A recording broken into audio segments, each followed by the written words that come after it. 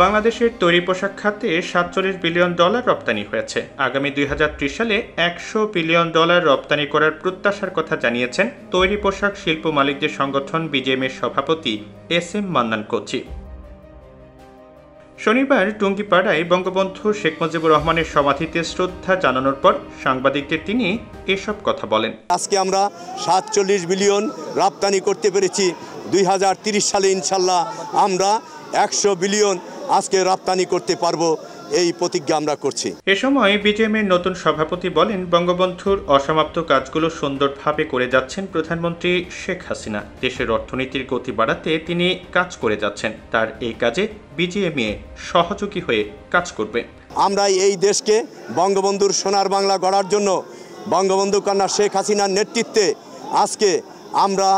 আজকে যে অর্থনৈতিক মুক্তি উনি চেয়েছেন, সোনার বাংলা গড়তে চেয়েছেন, আমরা দৃঢ়প্রতিজ্ঞ আজকে সোনার বাংলা গড়ার জন্য আমরা অবশ্যই শেখ হাসিনার হাতকে শক্তিশালী করব এবং এই বাংলাদেশের অর্থনীতিকে এগিয়ে নিয়ে যাব, এই দেশকে আমরা এগিয়ে নিয়ে যাব, বঙ্গবন্ধুর সোনার বাংলা গড়ব। এদিন এস.এম. মান্নান কোচি বলেন, বিজিএমের নতুন পরিচালনা বোর্ডের সদস্যদের নিয়ে বঙ্গবন্ধু শেখ মুজিবুর রহমানের সমাধিতে ফুল দিয়ে শ্রদ্ধা জানাতে এসেছি। আমরা এই মহানায়ককে শ্রদ্ধা ভরে স্মরণ করছি। 200 মেম্বার আজকে আমরা এই টুঙ্গিপাড়ায় বঙ্গবন্ধুর সমাধিতে শ্রদ্ধা নিবেদন করেছি।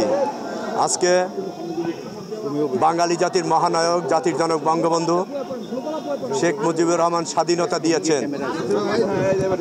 আজকে জাতির জনক বঙ্গবন্ধুর কন্যা বাংলাদেশ সরকারের মাননীয় প্রধানমন্ত্রী জননেত্রী শেখ হাসিনা নেতৃত্বে আজকে বঙ্গবন্ধুর অসমাপ্ত সেই অর্থনৈতিক মুক্তি এবং বঙ্গবন্ধুর সেই শোষণমুক্ত সেই সোনার বাংলা গড়ার লক্ষ্যে আজকে উনি কাজ করে যাচ্ছেন।